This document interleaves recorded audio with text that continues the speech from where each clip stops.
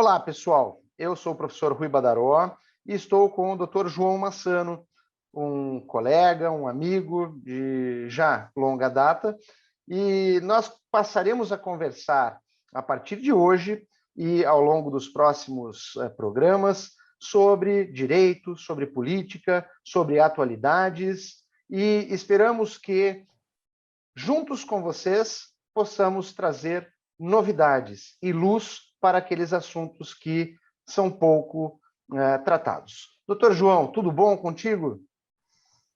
Tudo bem, Rui. É um gosto estar aqui contigo nesta conversa luso-atlântica, luso-brasileira através do Atlântico. É muito importante compreendermos como é que cada um dos ordenamentos, no fundo, aborda algumas das questões que têm vindo a ser colocadas em Portugal, e tenho a certeza que no Brasil também terão relevância, pelo que falar contigo será sempre, para além de um prazer, será sempre enriquecedor, até para perceber melhor o que se passa aqui, à luz até de algum ensinamento que tu me possas trazer aí desse lado do Atlântico. Obrigado, doutor João. E antes de começarmos o nosso bate-papo, eu gostaria de lembrar que hoje, dia 23 de abril, é o Dia Mundial do Livro. E eu sei que o doutor João tem algumas publicações, gostaria que conversasse um pouco conosco a respeito, e depois eu vou falar um pouco das minhas. Eu creio que este dia é muito relevante porque numa altura em que o pensamento crítico e a reflexão crítica parecem não estar muito na moda, os livros acabam por ser fundamentais para quem quer pensar um bocadinho a realidade. Porquê? Porque os livros, ao fim e ao cabo, são sempre marcantes nas nossas vidas, ou porque naquele momento estamos a viver algo que é retratado no livro, ou porque já passámos, ou porque ainda mais poderemos vir a passar por algo que lá está escrito. Portanto, acho que os livros podem ser muito importantes nas nossas vidas, até porque muitas das vezes podem funcionar até como pistas para o nosso futuro. E de facto, os livros assumiram sempre uma grande preponderância na minha vida, e eu acho que na vida de muitas pessoas, porque no fundo dão-nos asas para sair do nosso pequeno mundo e entrar no mundo das outras pessoas, o que é muito importante para todos, porque dá-nos uma abrangência, uma forma de ver as coisas muito diferente, porque não estamos só a ver pela nossa perspectiva. E o livro tem outra grande vantagem para mim, que é nenhum de nós lê o livro da mesma maneira que outra pessoa. Cada um lê o livro de acordo com a sua perspectiva, e podemos ler a mesma frase, inclusivamente, e eu vou ter uma percepção e tu, Rui, terás seguramente outra percepção. Não sei se concordas, mas gostava também de saber se achas o mesmo ou não, antes de falar daquele livro que me marcou nos últimos meses, mas gostava de saber o que é que tu achas dos livros em geral. Querido João, por óbvio, concordo contigo. Os livros nos permitem viajar pelo mundo, os livros nos permitem transpor barreiras que, por vezes, fisicamente são intransponíveis. Os livros, eles moldam o nosso caráter.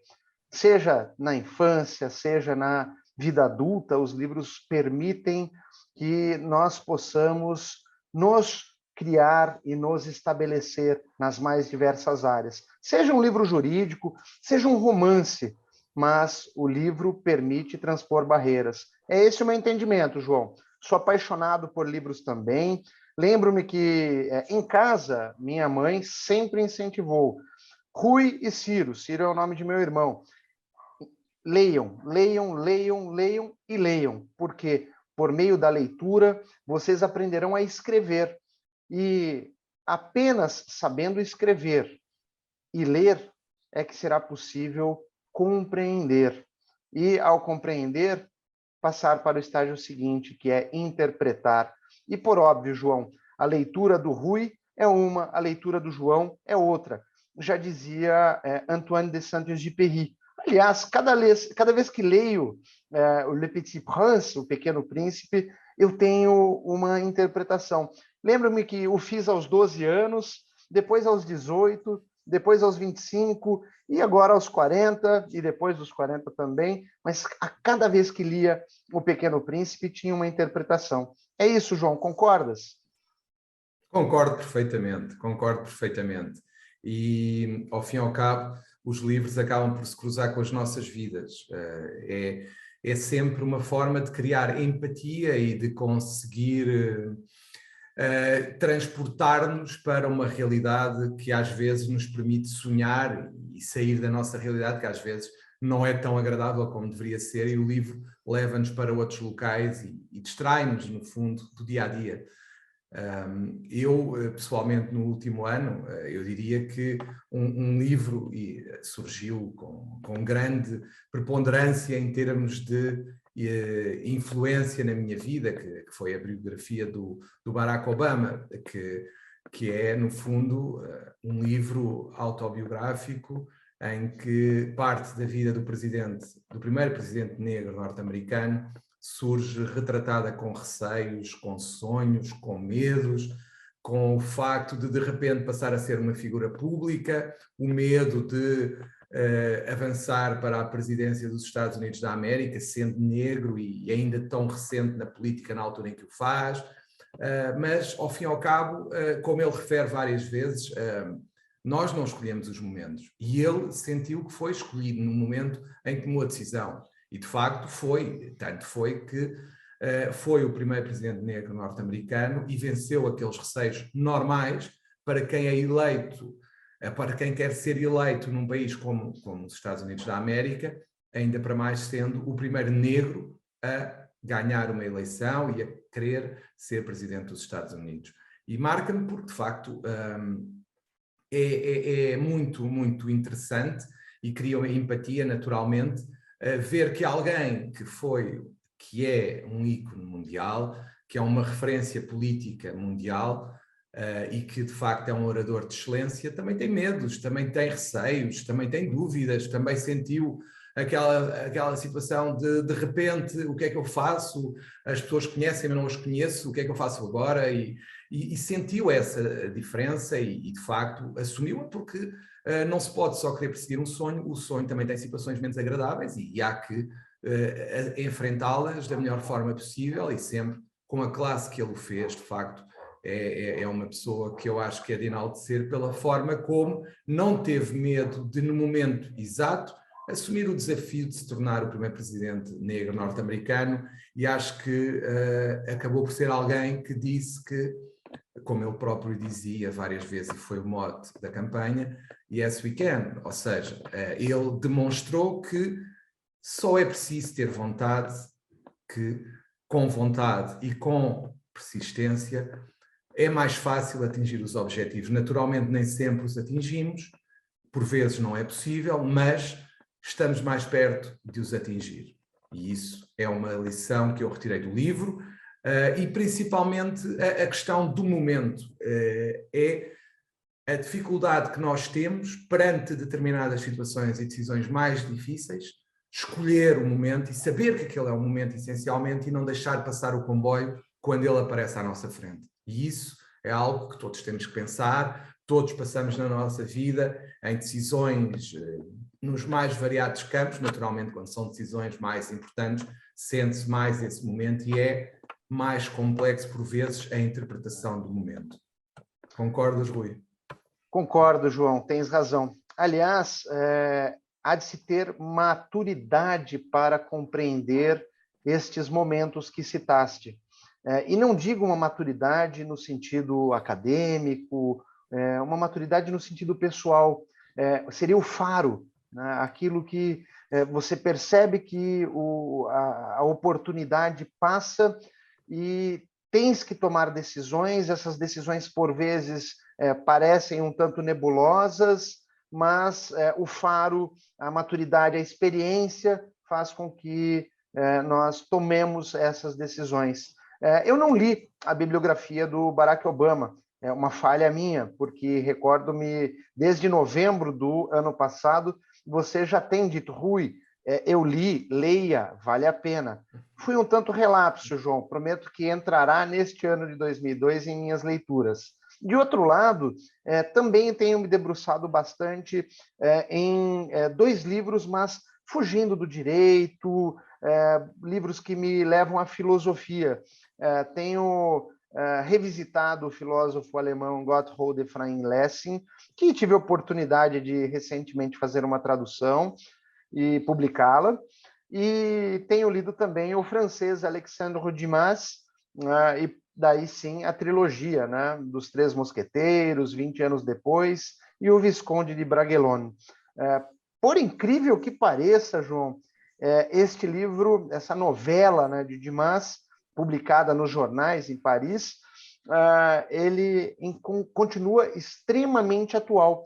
E se analogamente compararmos a situação política, ao menos do Brasil, tenha certeza de uma coisa: é muito próximo de uma descrição fiel daquilo que acontece nos dias atuais.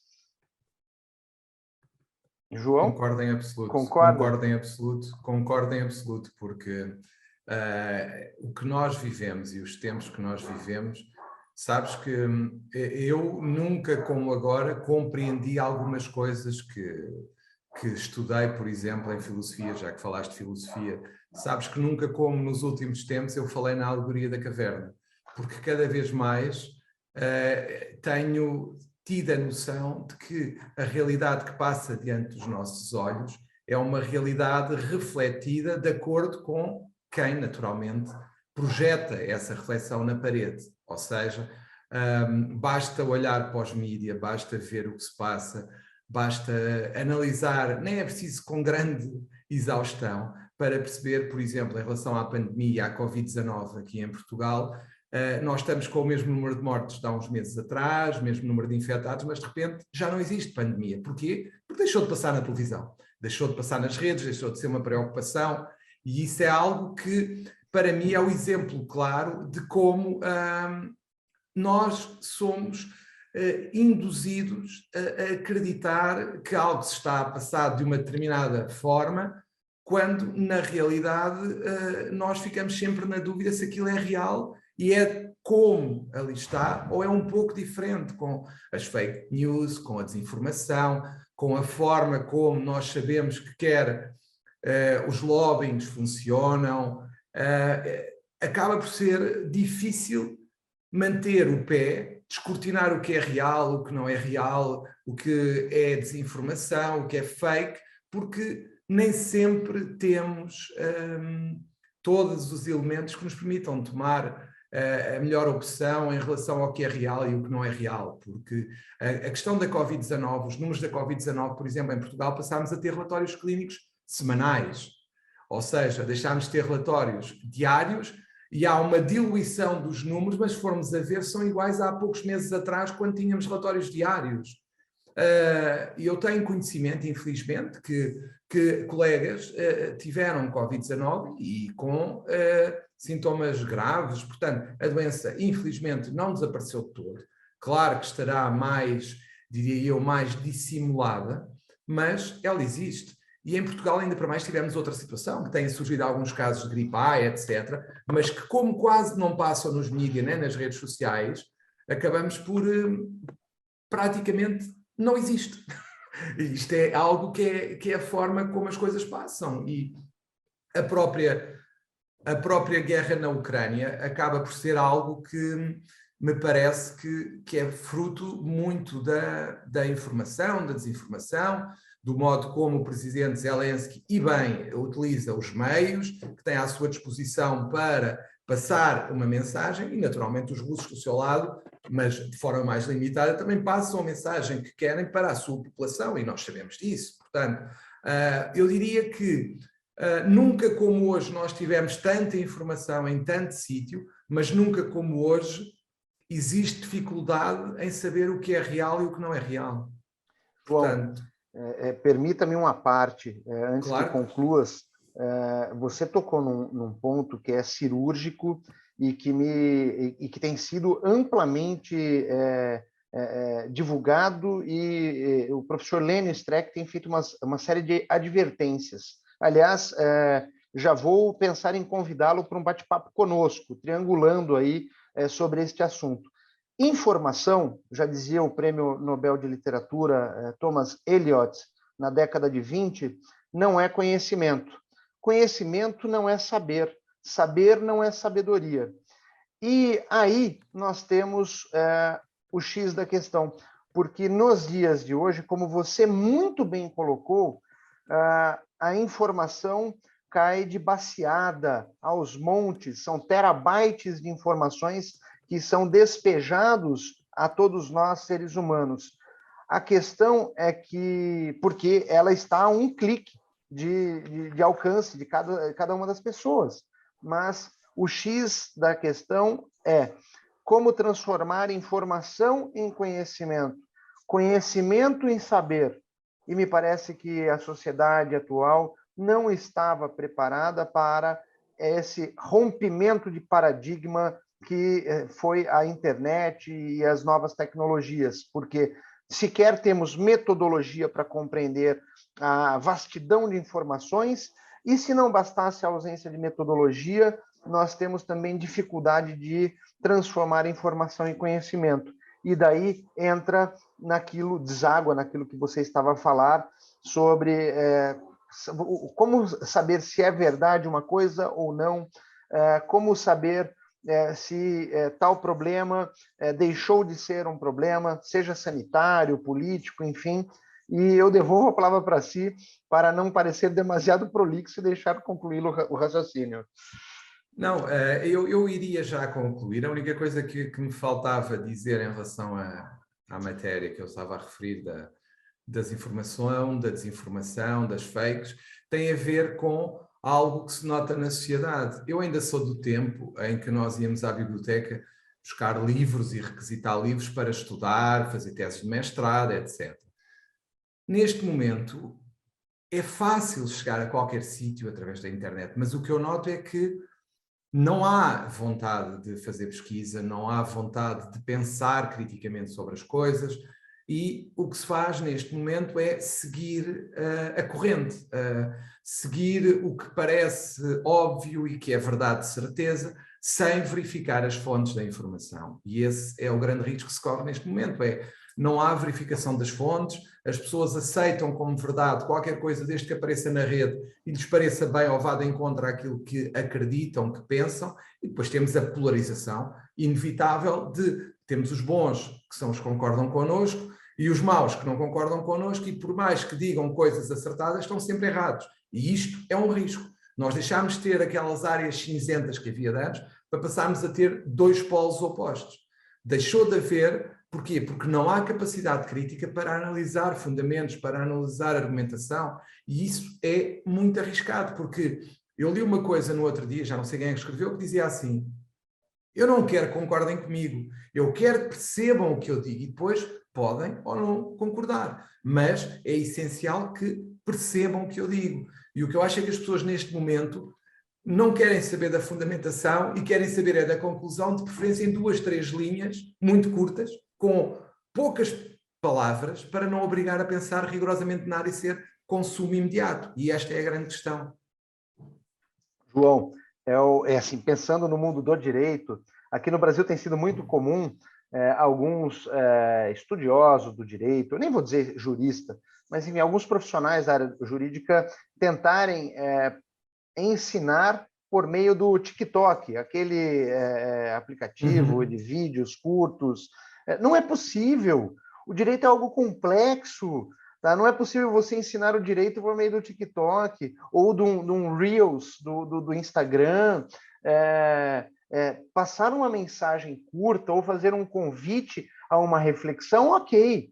Mas querer dar soluções por meio do TikTok, isso assusta-me demasiadamente. Eu também sou do tempo em que a aula do professor era concluída e eu ia à biblioteca para buscar livros que serviriam para o aprofundamento da aula, para fazer pesquisas de jurisprudência em revistas de jurisprudência, o que, com as novas tecnologias, com a ruptura de paradigmas, simplesmente isso caiu por terra, esvaneceu-se, como se eu vivesse um sonho.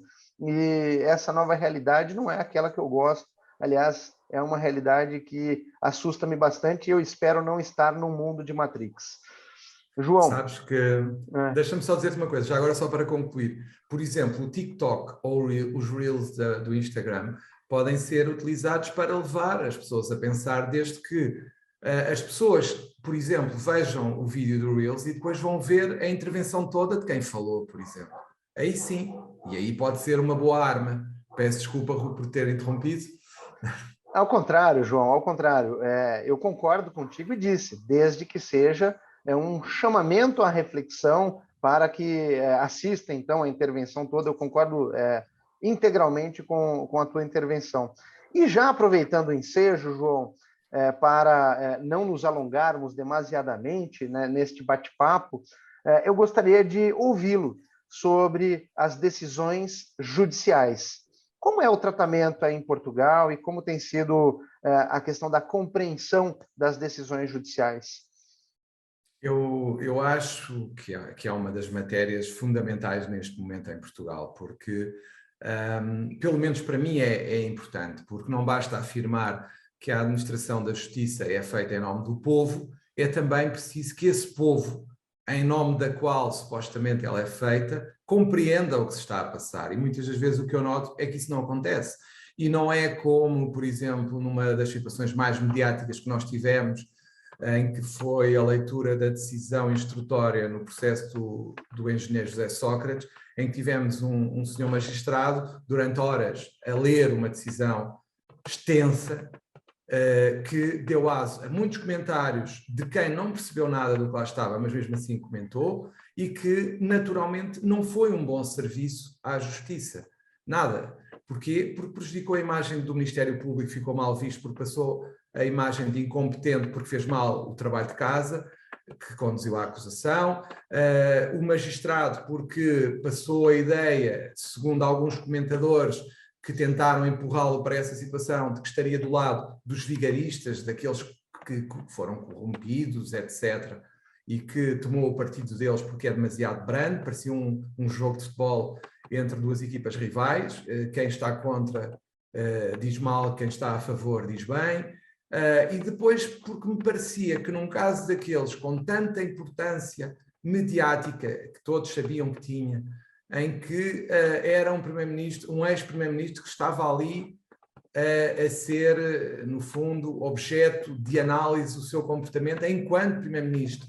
Como é que é possível um magistrado judicial estar horas a fio a ler uma decisão sem qualquer tratamento de comunicação, sem qualquer adaptação da decisão a quem estava a ouvir, no fundo, que eram todos os que ligaram à televisão na altura. Portanto, isto é um exemplo de como, não, na minha opinião, as coisas deveriam ser repensadas e deveriam ser analisadas para que não se voltasse a repetir uma situação destas que não beneficiou ninguém. E depois, parece-me que, obviamente, só vem sublinhar algo que eu, e não só, várias pessoas têm vindo a falar há alguns anos, que é o problema óbvio de comunicação do sistema judiciário com a sociedade.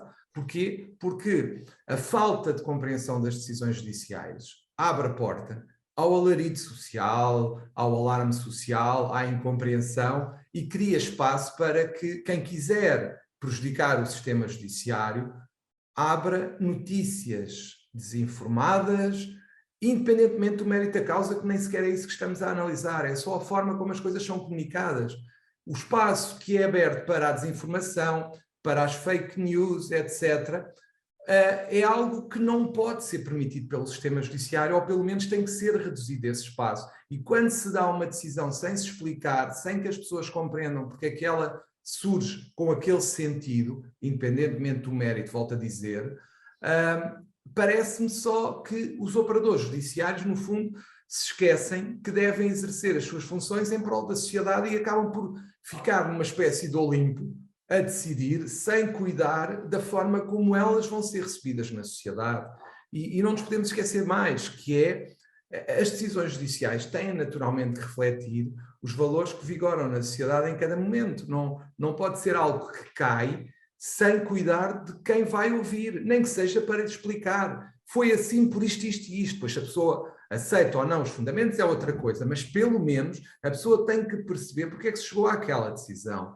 E logo todos deveriam perceber que as nossas funções enquanto integrantes do sistema judiciário implicam, obviamente e naturalmente, que tenhamos que cuidar da forma como a decisão é comunicada e compreendida na sociedade. Se é aceito, isso é outra coisa.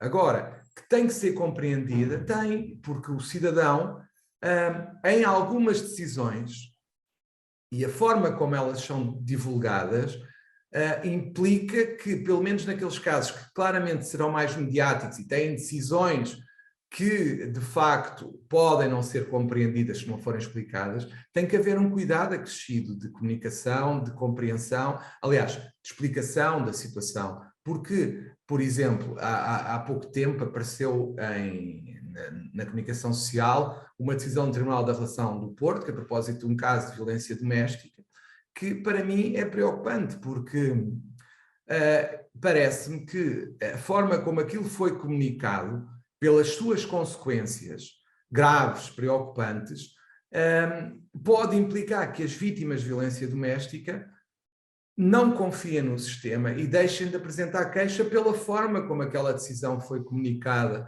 E leva também, no fundo, àquela situação de impotência da vítima que diz: vou apresentar queixa para que se depois há uma despenalização do agressor sem justificação, ou pelo menos sem que se compreenda a justificação, porque se tivesse havido alguma justificação dada que fosse aceitável ou compreensível pela sociedade, já esse problema não existia. É que, no caso, nós estamos a falar de alguém que, segundo os factos que apareceram na comunicação social, tentou agredir a vítima em frente até à própria GNR, ameaçando-a de morte.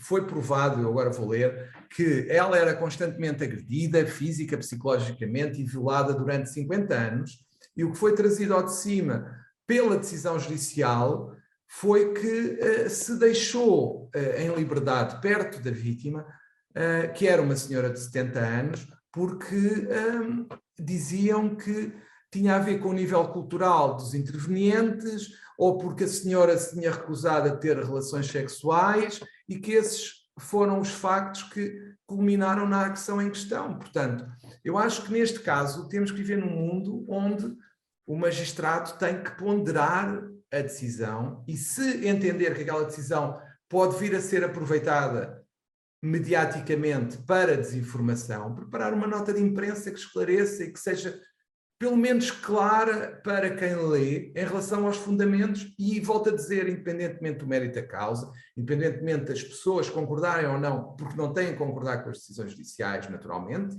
mas têm que perceber pelo menos o que é que se chega ali. Agora, se nós vamos para uma decisão que diminui a mulher, que era aqui o caso, vítima de violência doméstica, e que a coloca numa posição de não acreditar no sistema, eu acho que é muito perigoso, porque nos pode levar a uma situação em que estas situações são desculpabilizadas, despenalizadas, e que levam à descrença no sistema e ao afastamento da vítima do sistema, porque pensa não serve para nada. E a própria sociedade que olha para esta decisão e diz que não faz sentido absolutamente nenhum.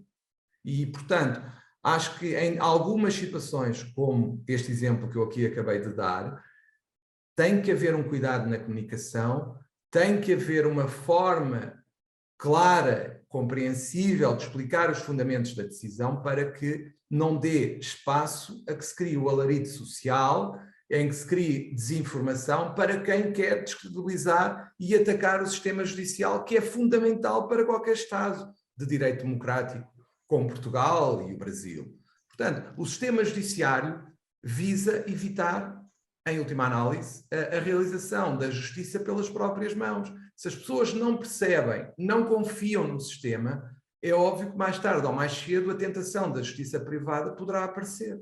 E é isso que eu acho que ninguém quer.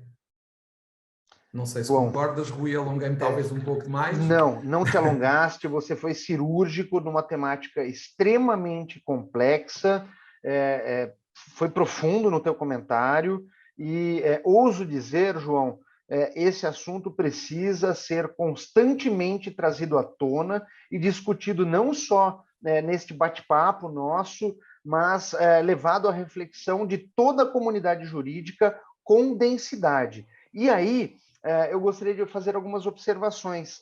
A falta de compreensão das decisões judiciais abre margem para um mau uso dessas decisões. Mau uso em que sentido?